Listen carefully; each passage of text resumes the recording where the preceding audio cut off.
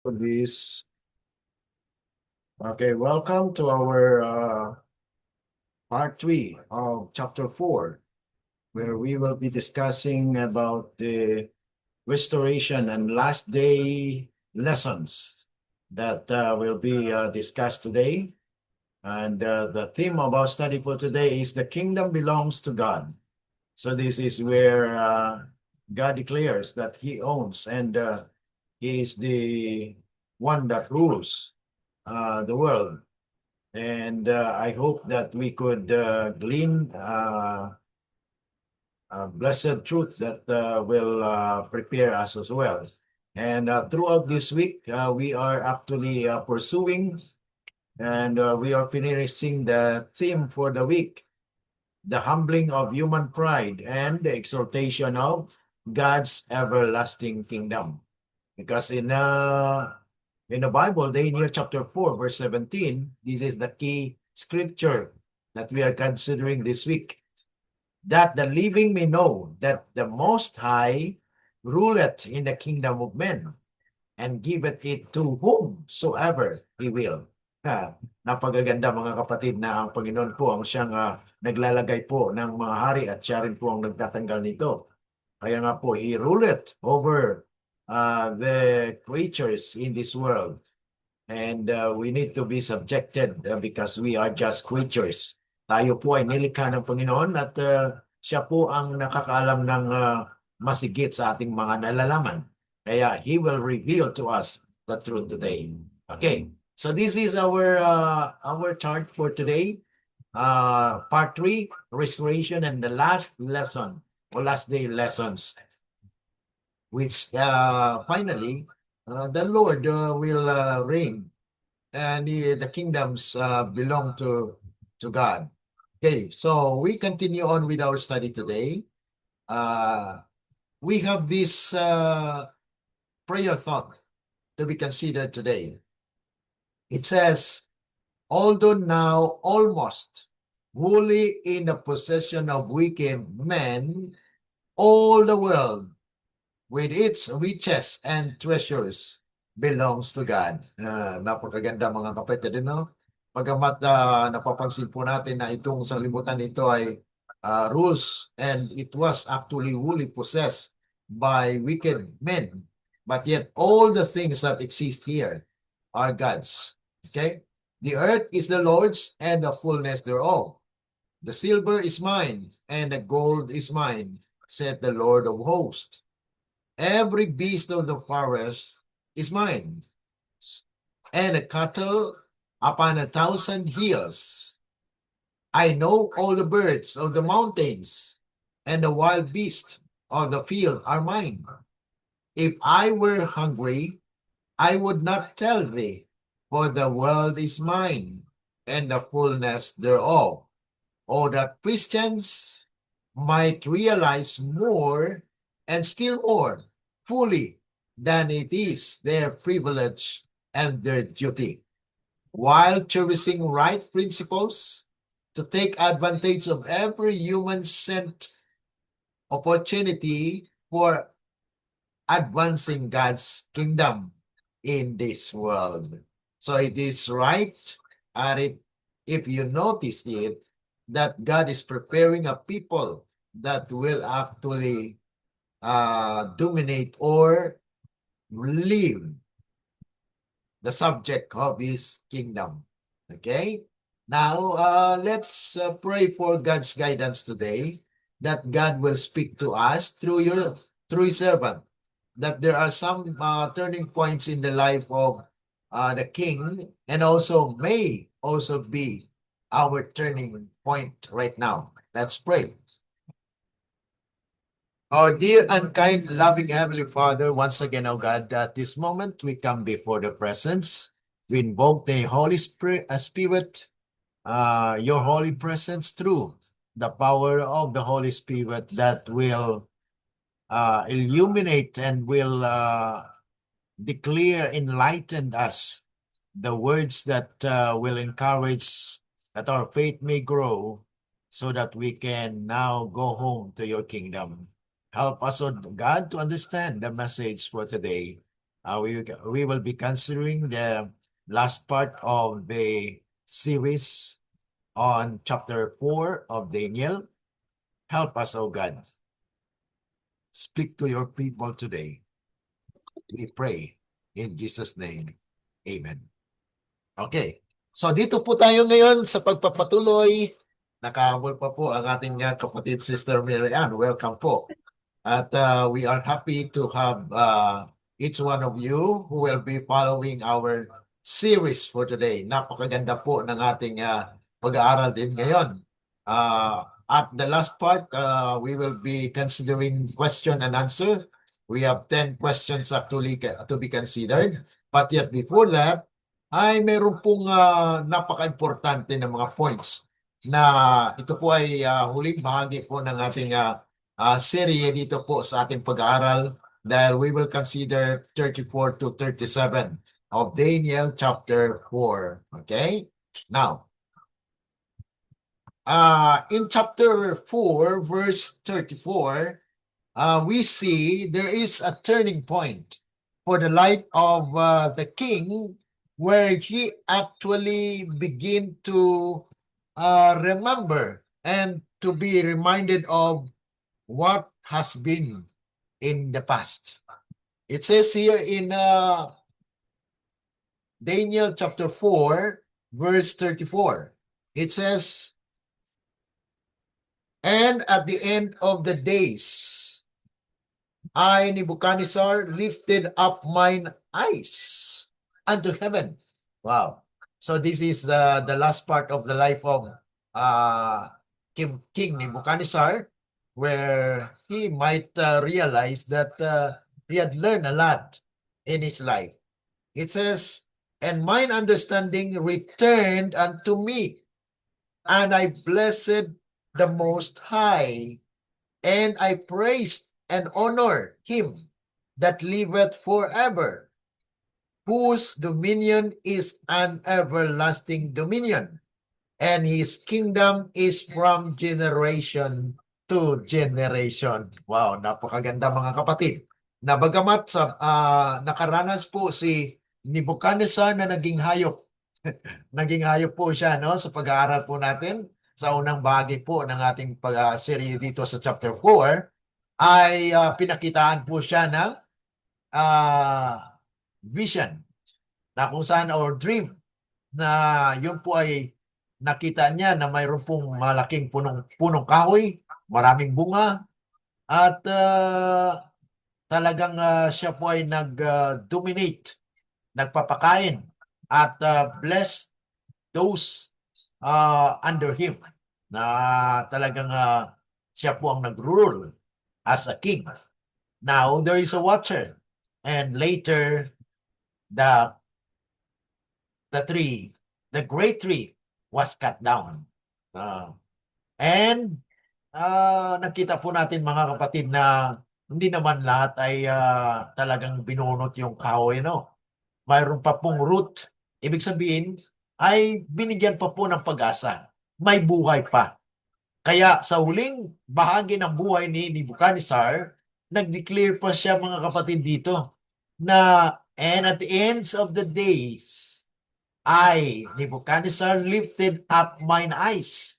So talagang tumingin siya sa langit at kanyang naunawaan, bumalik sa kanya ang pagkaunawa dahil for his life, he became a beast and eat like a beast. This was the great turning point while he had been looking at himself, his accomplishments, and his kingdom. And he became proud. But when he lifted his eyes toward heaven, he recognized the true source of authority and power. Kaya dito po mga kapatid ay bago pa man mawala ng hininga, si Nebuchadnezzar ay nagkaroon po ng turning point sa kanya.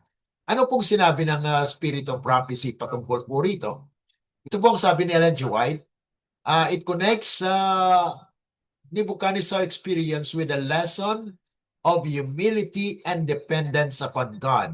After his humiliation, the king acknowledged God's sovereignty and was restored. She writes, the once proud monarch had become a humble child of God. That's why I mentioned at the start ng ating pong pag-aaral in chapter 1 that Nebuchadnezzar was also called by God as servant. So ibig sabihin mga kapatid, God allows, He permits people uh, to experience hardship, suffering, and even standing on your own. Kaya nga po sa atin po mga kapatiran, hindi po tayo makapaghusga. Ano po? Na bagamat sabihin natin at this point of time, people are not yet understanding what we are sharing to them. But in due time, they will realize that God is calling them too. Okay? So, his restoration began when he recognized that, okay, medyo mahina po yung ating connection sa ngayon, ano? There is a slight unstable connection with our internet. Sabi nga po rito, his restoration began when he recognized that the heavens do rule. So recognition, acknowledgement ng Panginoon po ay nagro-rule na kung saan ay yan po ang sinabi dito sa Daniel chapter 4 verse 20 that the heaven rules. Ano naman po ang sinabi ng inspiration o sa present truth understanding of this point? The same principle is important in the preparation of God's kingdom for God's people for the kingdom. The shepherd's one, as I mentioned yesterday, that God is actually having this message. We actually mentioned about the Micah chapter 6:8, and God has showed mercy. And we need to love what? Justice. Or we need to justly walk or justly do things and walk humbly with God. So, doon po ay sinabihan din po tayo, the Lord's voice cried in the city. That's actually what the shepherd's rod is taking into consideration. The shepherd is God, Jesus. That is John chapter 10 verse 11. And Micah chapter 6 verse 9. The Lord's voice is quiet in the city. And the man of wisdom, ang mga wise, ang siyang makakilala sa kanya. Hear ye the rod. So, makinig sa Sa tungkod. So, ang tungkod mga kapatid, yun po yung nagpapalapit at may disiplina rin po yan. No? Dahil kung hindi po tayo susunod, ay talagang wala po. Ngunit hindi po natin kayang sumunod talaga mga kapatid. Pero may kwan po yun. Parang it will draw you closer to Him. Ibig sabihin, inalalayan ka ng Diyos. God is working out for your salvation. As what Philippians chapter 2 verse 13 says, na yes, work out your own salvation, but God worketh in you. So it is God's power that enabled you to do something that is out of your control. Ibig sabihin, the spiritual things, you cannot control them. Only God's Spirit and God's power can subdue evil and wickedness in our system. Ibig sabihin, we are human. We have that sinful nature. And so that sinful nature cannot do things righteous unless we will have the born-again experience. To the experience dito mga kapatid sa buhay ni Nebuchadnezzar, Daniel 4 therefore presents a prophetic principle.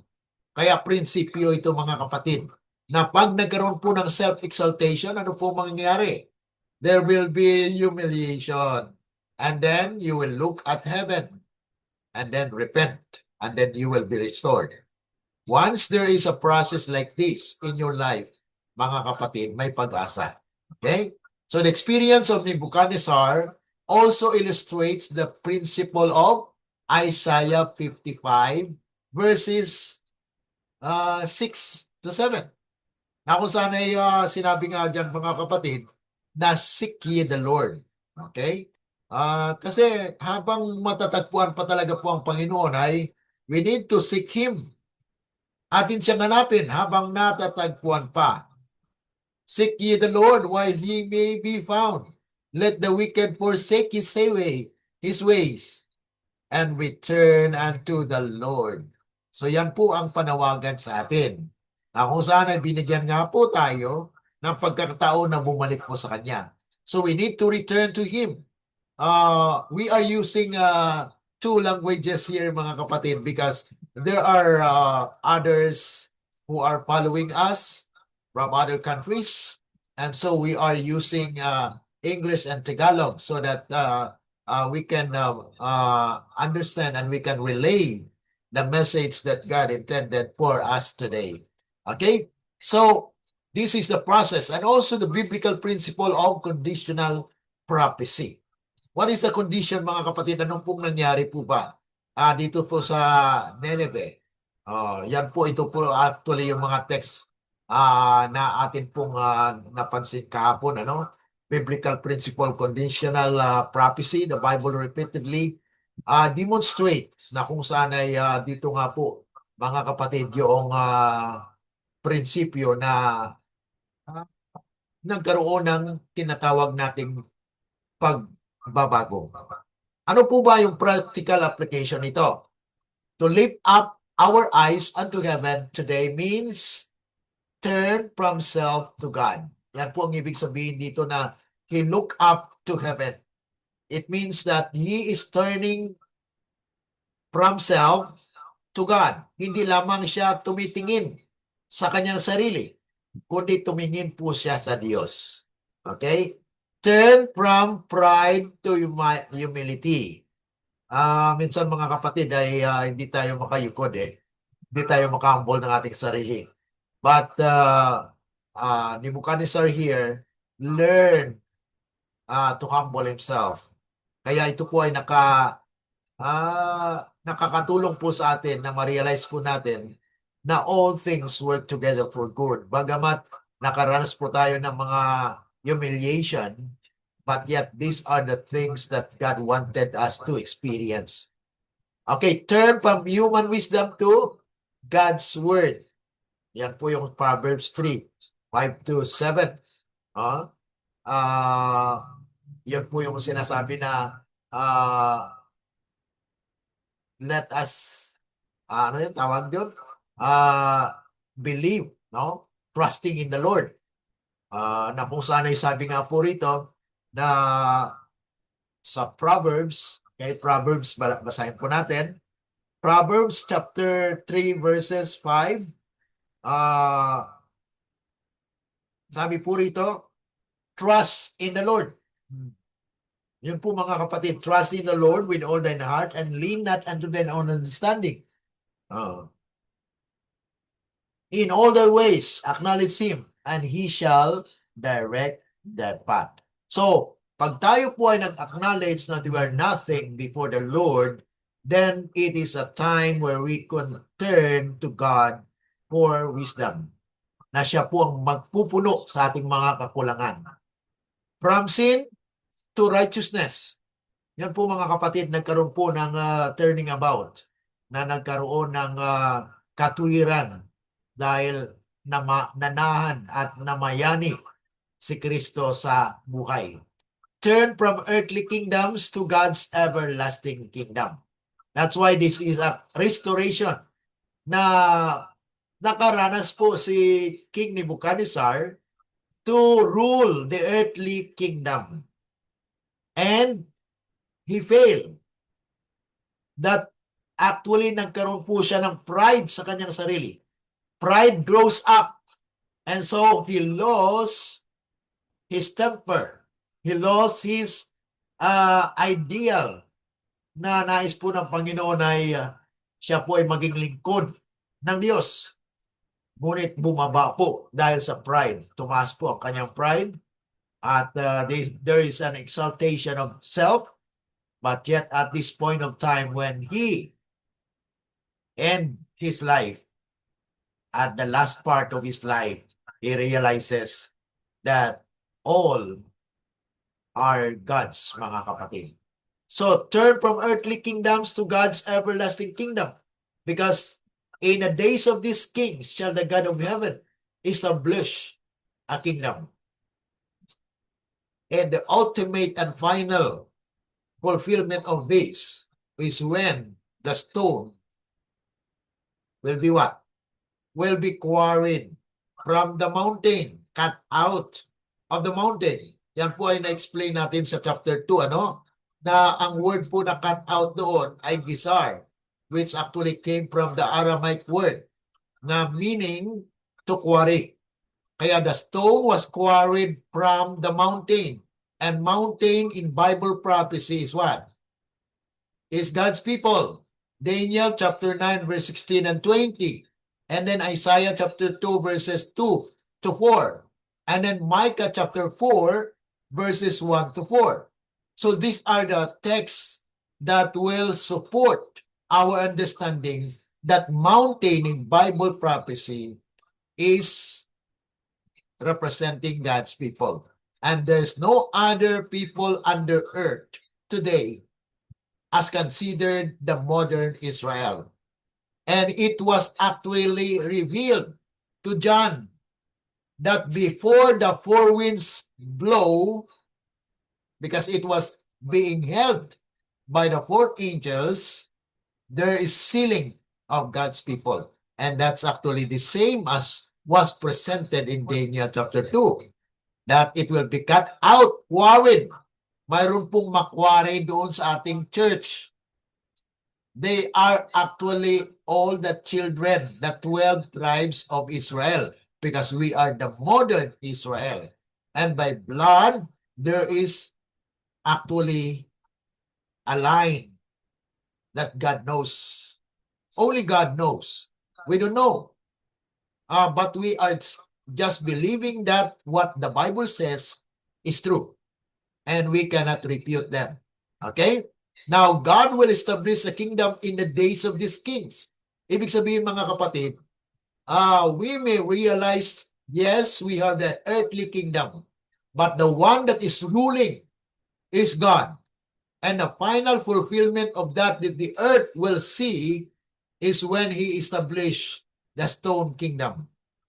That there will be a quarrying from the mountain, and the stone will smote the image, and they will stand during the loud cry, proclaiming the message or the pure gospel to all the world.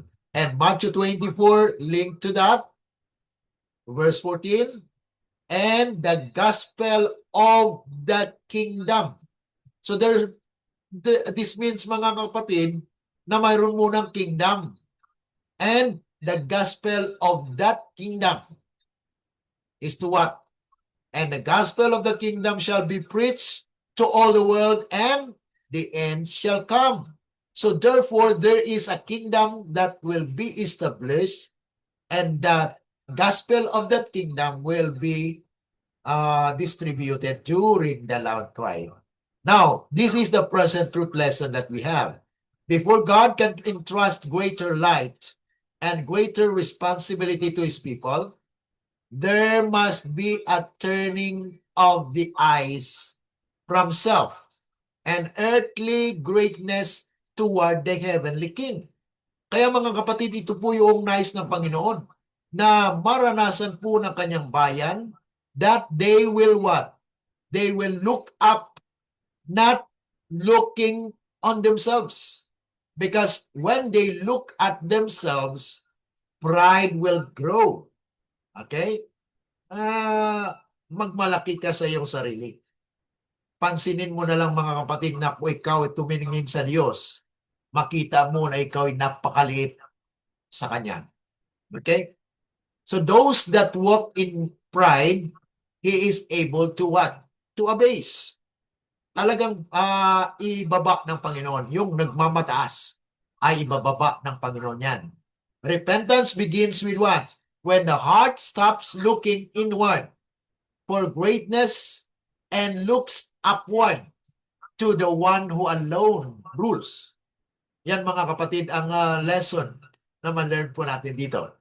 Kaya there is a practical lesson that we can learn out of this experience mga kapatid. Kaya napakaganda po natin pong subaybayan ng prophetic insights on the book of Daniel, wherein we could learn a lot of things, especially with a practical application.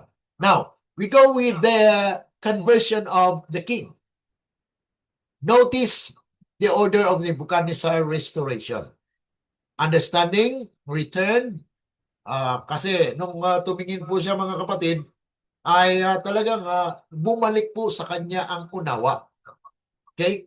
And then, praise followed. Nagkaroon na po siya ng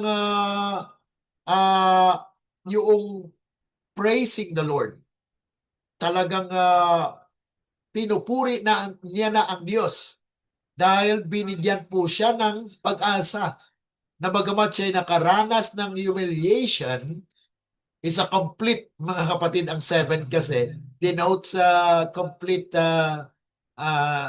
bagamat hindi natin masabi mga kapatid na 7 times na humiliated si Nebuchadnezzar, but yet it's actually a complete because it's actually to the point where he nawala sa kanya ang kanyang unawa at naging hayop po siya.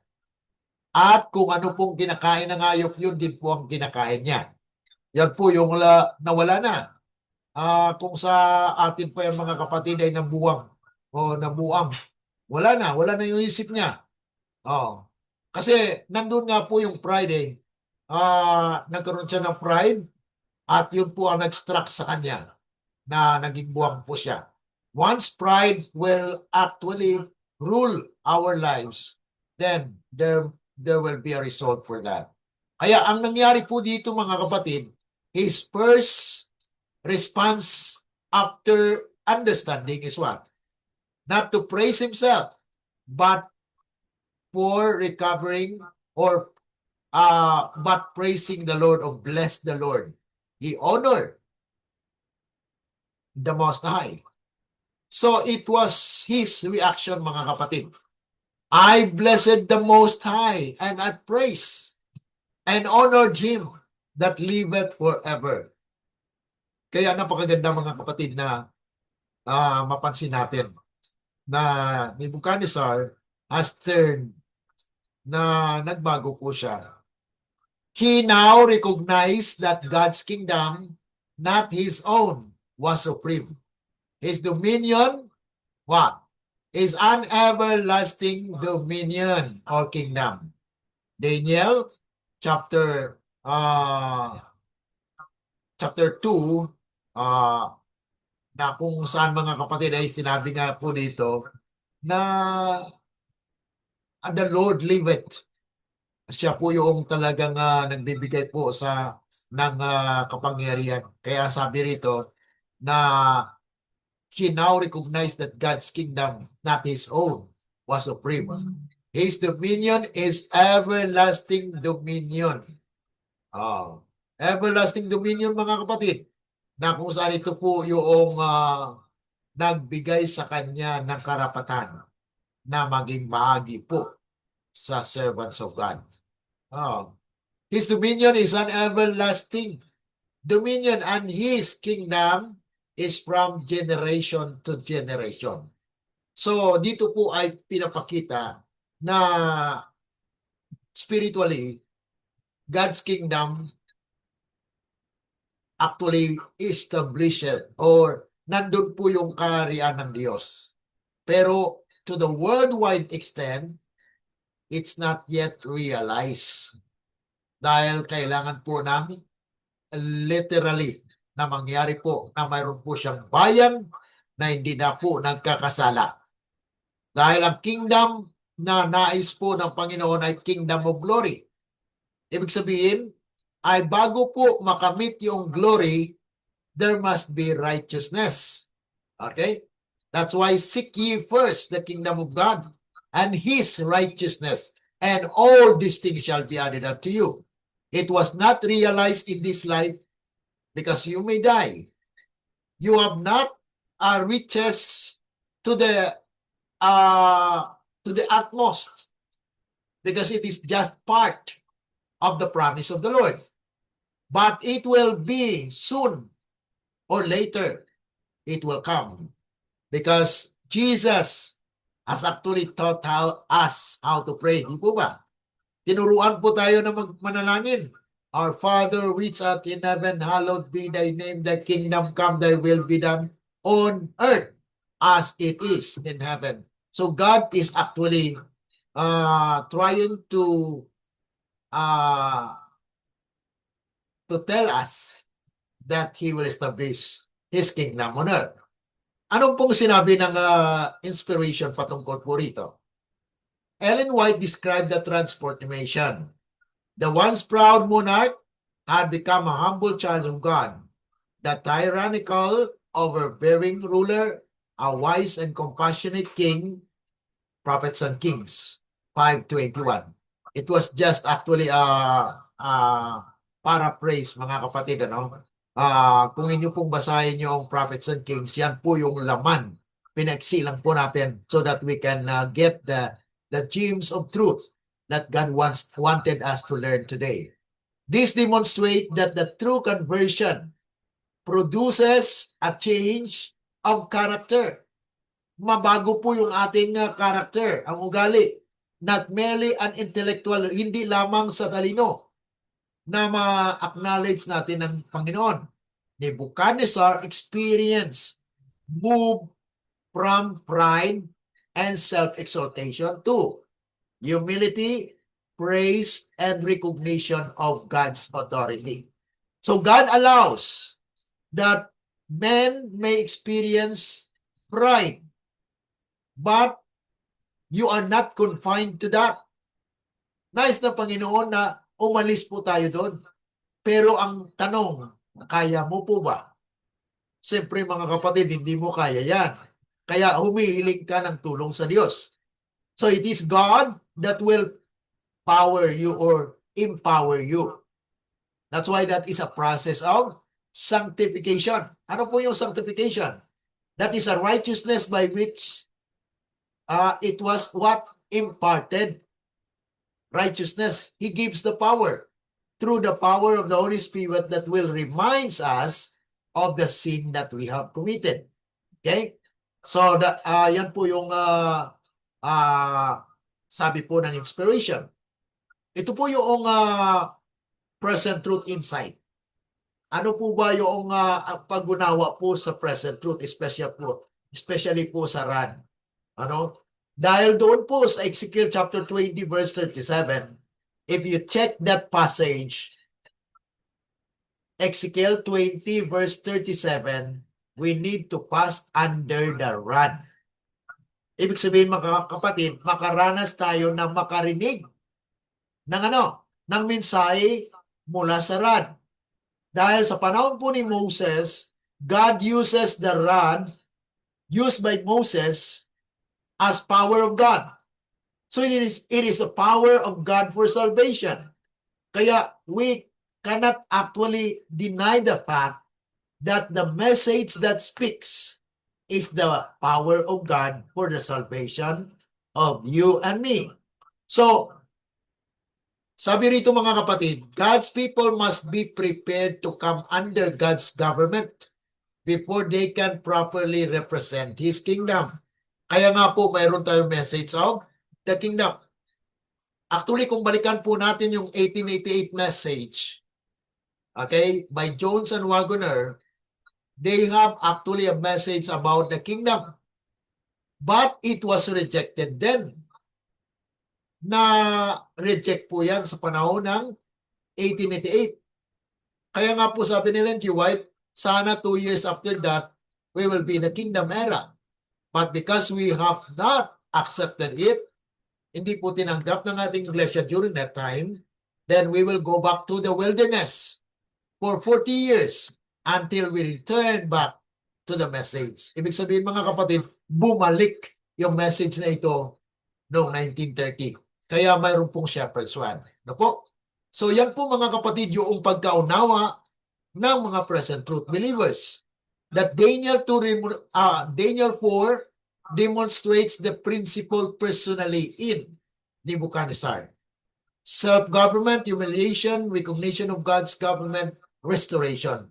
Thus, conversion, ang pagka-converter mga kapatid, ay more than receiving knowledge.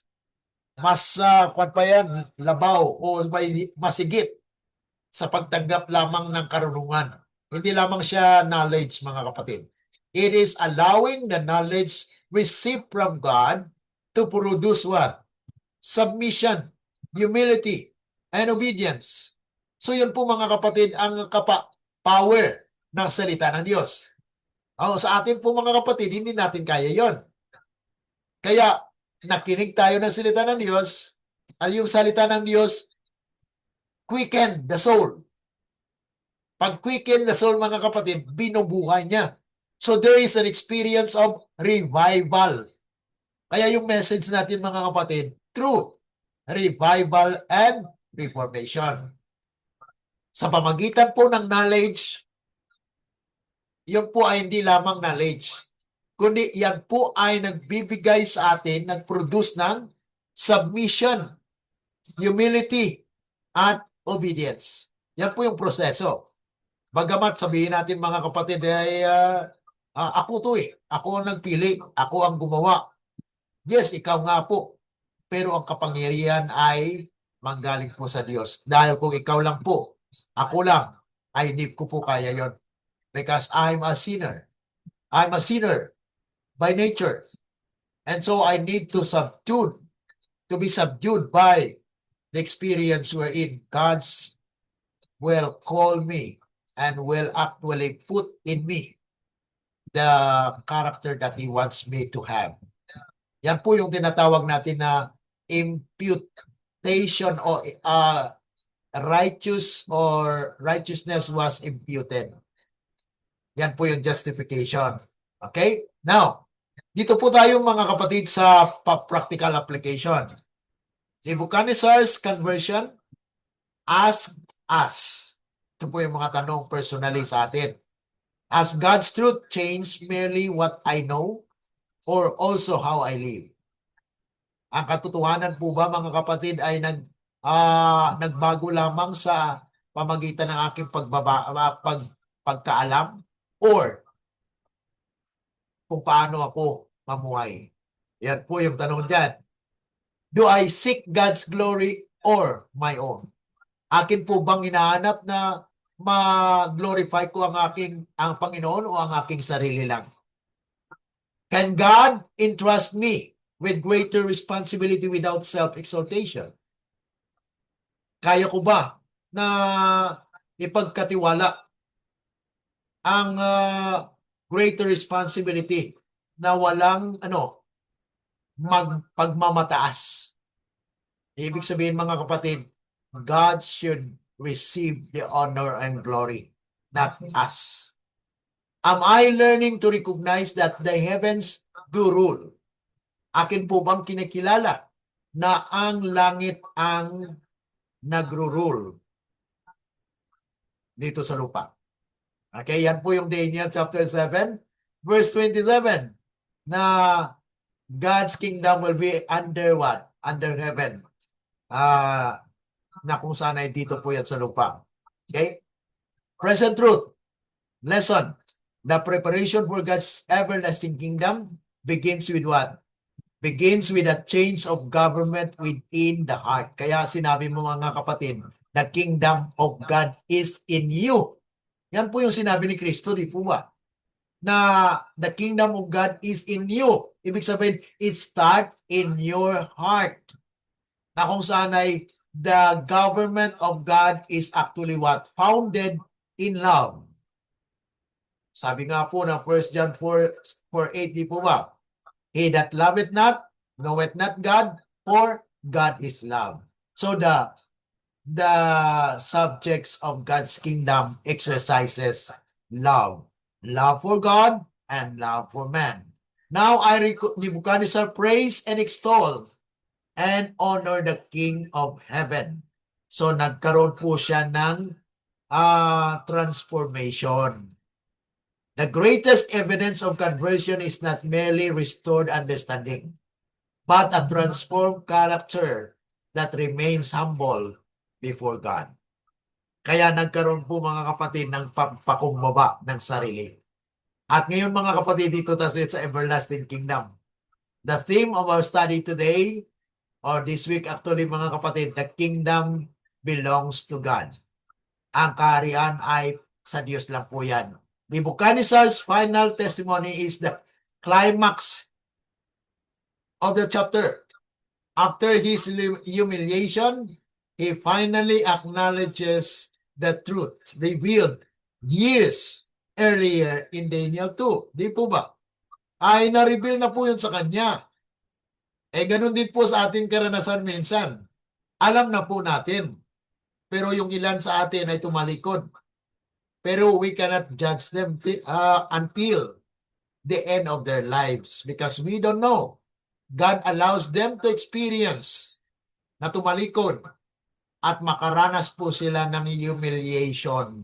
Ibig sabihin, talagang kung sila po ay tinawagan ng Panginoon at talagang tumalikod, ay God has many ways wherein He knew whom He had been called truly.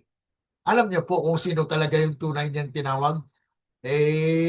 Kung ang tao naman na tinawag niya ay hindi namuhay ayon doon sa pagkatawag sa kanya, hindi there is a rejection there. Katulad po sa Israel, di po ba? God made a covenant for Israel. Those people had actually rejected Him. But there are people right now who accepted it. So they grafted into God's family.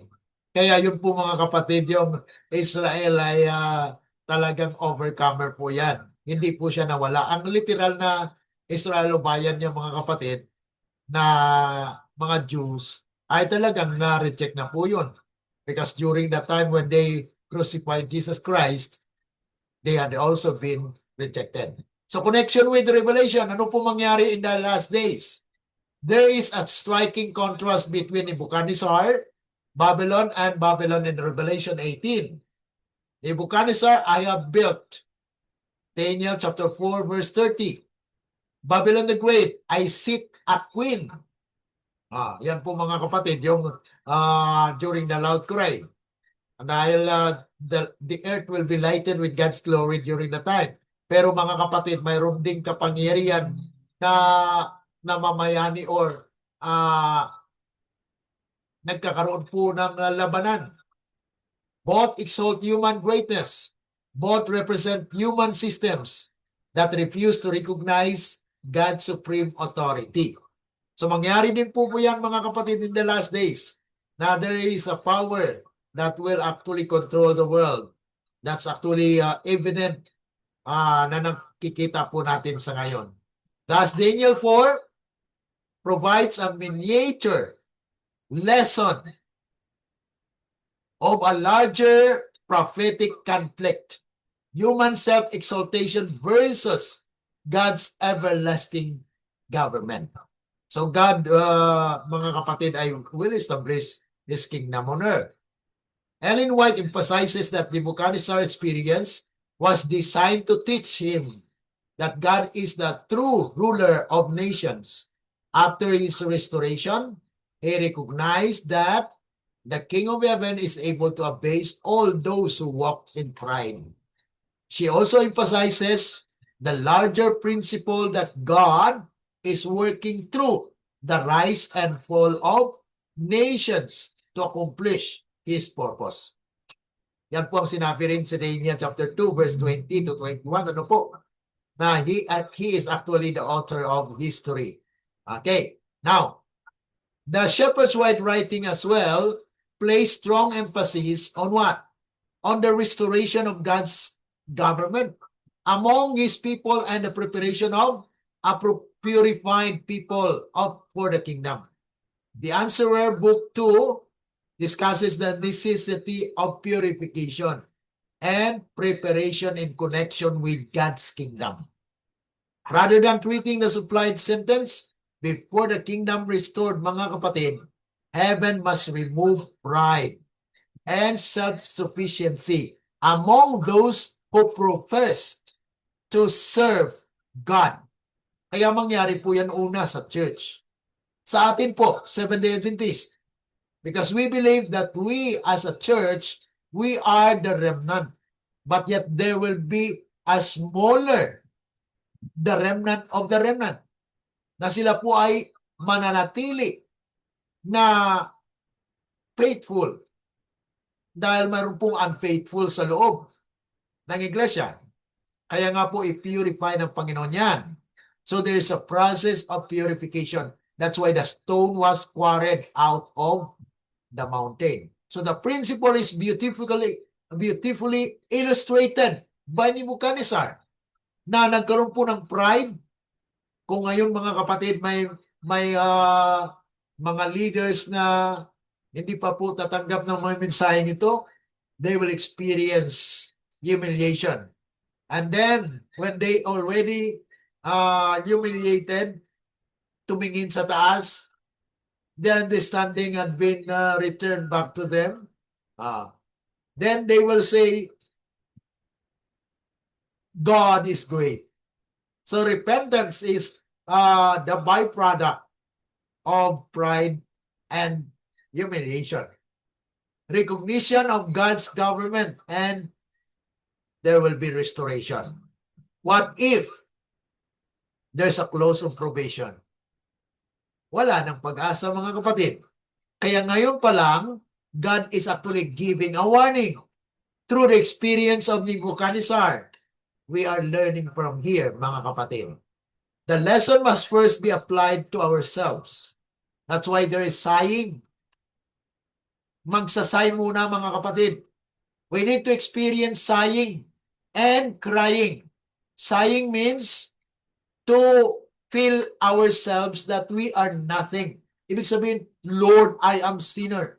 Acknowledge that you are nothing. And when you acknowledge that you are nothing, then God will actually give you everything. So, lesson applied to ourselves. Before pointing to the pride of Babylon, governments, or other people, we should ask, is there any Babylon in my own heart? Mayroon po bang Babylonia sa loob ng aking puso? That's another personal question, mga kapatid. Self-exaltation. Nagmamataas po ba ako? Self-sufficiency. Nagmamayabang ba ako na mayroon ako? Or resistance to God's government na hindi maniwala na may kingdom. Ang kanilang tinuturo, darating si Kristo. Yes, tama po yun, darating si Kristo. Pero bago pa man siya darating, mayroon po siyang established na kingdom. Okay? His people will be His army. That's why the stone will smote the image and will become a great mountain and fill the whole earth. The preparation of the everlasting kingdom, therefore, begins with what? With humility and surrender to the king. Now, Nebuchadnezzar, praise and extol and honor the King of heaven. So there is actually an acknowledgement on the part of King Nebuchadnezzar.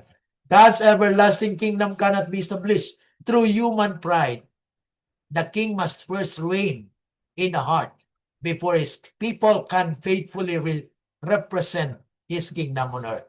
Kaya una po yan sa character natin. Okay? That Christ will reign in our lives. He is the King of our lives.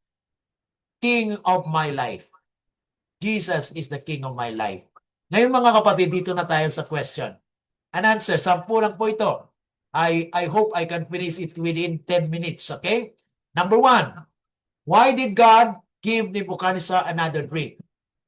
Answer, God was giving him another opportunity to recognize God's sovereignty and repent before judgment.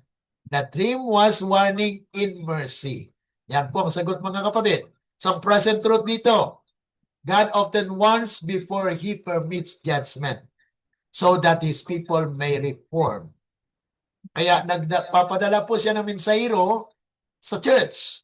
E kung ang church po ay hindi maniwala, then they will reap the consequence, mga kapatid. They will be humiliated. And baka huli na ang pagkakataon nila. Kaya ipanalangin natin mga kapatid. Pangalawa, what does the great tree symbolize?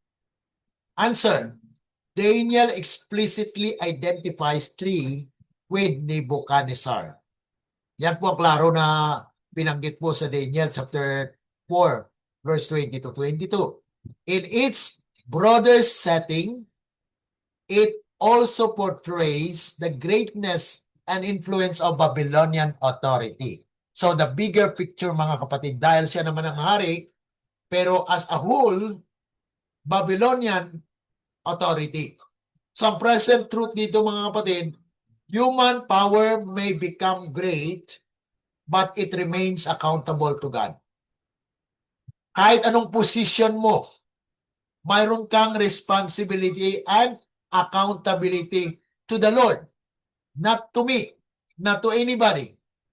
So kung nireject niyo po ngayon ang mensaheng ito, o ang mga mensaheng inihatid ng Diyos sa atin, then you are accountable to God, not to me. Because it is God who revealed this truth. Okay? Now, number 3, who are the watchers? Okay. Answer, Daniel 4:13 speaks of a watcher and a holy one. Coming from heaven, the term conveys the idea of a heavenly being who is awake and watching. Scripture teaches that angels are ministering spirits. Present truth, heaven is not indifferent to earth. God observes and directs the affairs of nations. So God intervenes. Okay? Number 4, why was the stamp preserved?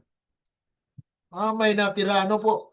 Kasi pinutol yung kahoy The stamp represented mercy and the possibility of restoration.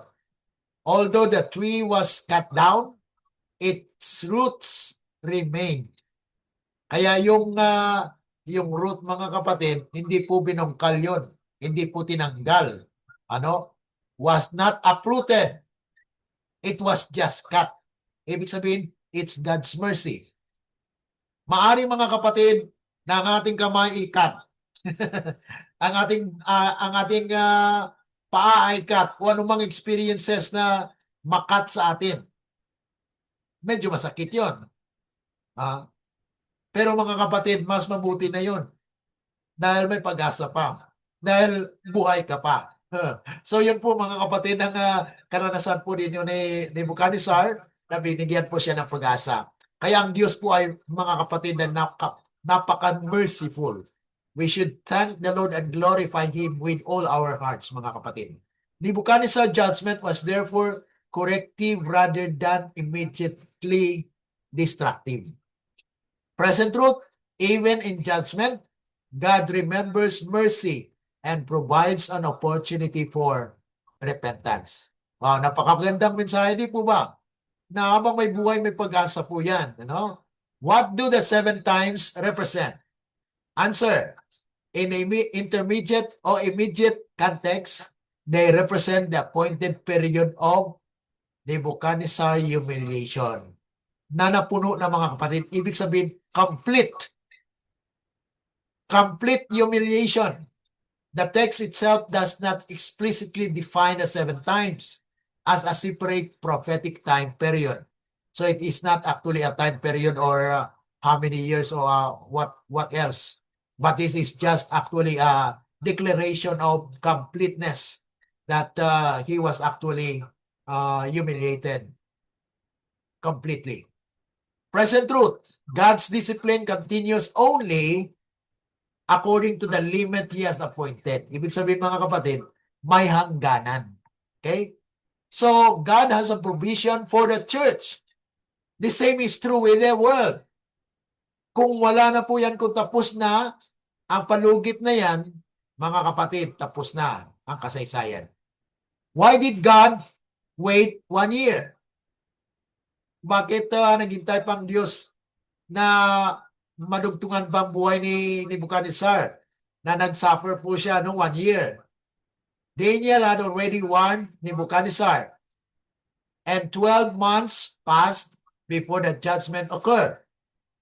The delay provided time for repentance and reformation. Ganon din po sa atin mga kapatid. It seems that we have said before that 2000, may way to okay, darating ng Panginoon. Kaya kung ganun po mga kapatid, itong time natin ay borrowed time na an extension. Bakit? God provides us time to reform. Ellen G. White explained the warning was given so that the threatened judgment might be what? Averted. Na mabaliktad pa yung prophecy. Okay? Divine delay can be divine mercy. So ang divine na delay mga kapatid, kung hindi man daratingin ngayon, surely it will come. Was the judgment conditional? Yes. Daniel's appeal to the king to break off thy sins by righteousness demonstrate that repentance could have changed the outcome. May pagbabago pa mga kapatid. Disagrees with Jeremiah 18:7-10 and the experience of Nineveh in Jonah 3:4-10. That's why we have also what? Jonah's message that we need to proclaim. Present truth, prophetic warnings should lead to what? To repentance, not merely speculation about dates or events. 8. What does Nebuchadnezzar teach about repentance? It teaches that pride must be replaced by humility. Kaya talagang character po ito, reformation. After his humiliation, he lifted his eyes toward heaven and his understanding returned. His final testimony was, those that walk in pride, he is able to abase. Kaya nakadeclare siya mga kapatid, ano? Katulad po kay King Solomon. Let us hear the conclusion of the matter.